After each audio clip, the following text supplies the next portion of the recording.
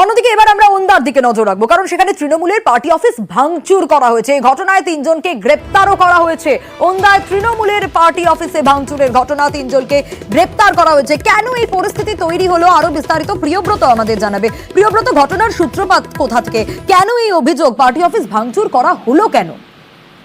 দেখো, তুমি জানোই গতকাল সকাল থেকেই অনেক কিন্তু চাপানোটা চলছিল। দুটি মিছিল দাঁড় হয় এবং সেই দুটি মিছিল বার হয়েছে 5 মিনিটের ব্যবধানে। একটি মিছিলের যে নেতৃত্ব দিয়েছেন সেখানে অন্ধ্রার প্রাক্তন বিধায়ক অরূপ খা, এবং অন্য মিছিলটি কিন্তু অন্ধ্রার যে ব্লক সভাপতি উত্তম কুমার বিটের নেতৃত্বে। এবং এই দুটো মিছিল কিন্তু যখন মুখোমুখি হয়েছে তখনই কিন্তু উত্তেজনা ছড়িয়েছে।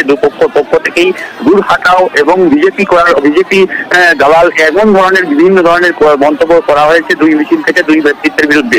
এবং তার পরবর্তীকালে এই মিছিলের পরবর্তীকালে কিন্তু তখন উত্তেজনা ছড়িয়ে পড়ে, দুপক্ষের হাতাহাতি হয়, দুই পক্ষেরই প্রায় 2 জন আহত হয়েছে। তাদেরকে বাঁকুড়া মেডিকেল কলেজ হাসপাতালে ভর্তি করা হয় এবং পার্টি অফিস ভাঙচুর করা হয়। তৃণমূলের যে দলীয় পার্টি অফিস, যেটা ব্লক তৃণমূল কংগ্রেস কার্যালয়, সেই কার্যালয়ে ভাঙচুর চালানো হয়েছে। এদিকে যেটা অভিযোগ করা হয়েছে ব্লক তৃণমূল কংগ্রেসের পক্ষ থেকে, যে এই ঘটনার পিছনে রয়েছে অরূপ খা গোষ্ঠী, যেটা তৃণমূলের প্রাক্তন বিধায়কের গোষ্ঠীর লোকজন, এবং এরপরই কিন্তু তিরোধানি করা হয় এমনটা অভিযোগ মহিলা একজন কর্মীর, তৃণমূল কর্মীর। এবং তার পরবর্তীকালে অভিযোগ দায়ের করা হয় অনাথ থানায়, এবং সেই পরিপ্রেক্ষিতে 3 জনকে গ্রেফতার করা হয়। আর তাদের বাঁকুড়া জেলা আদালত সেখানে তোলা হয়েছে।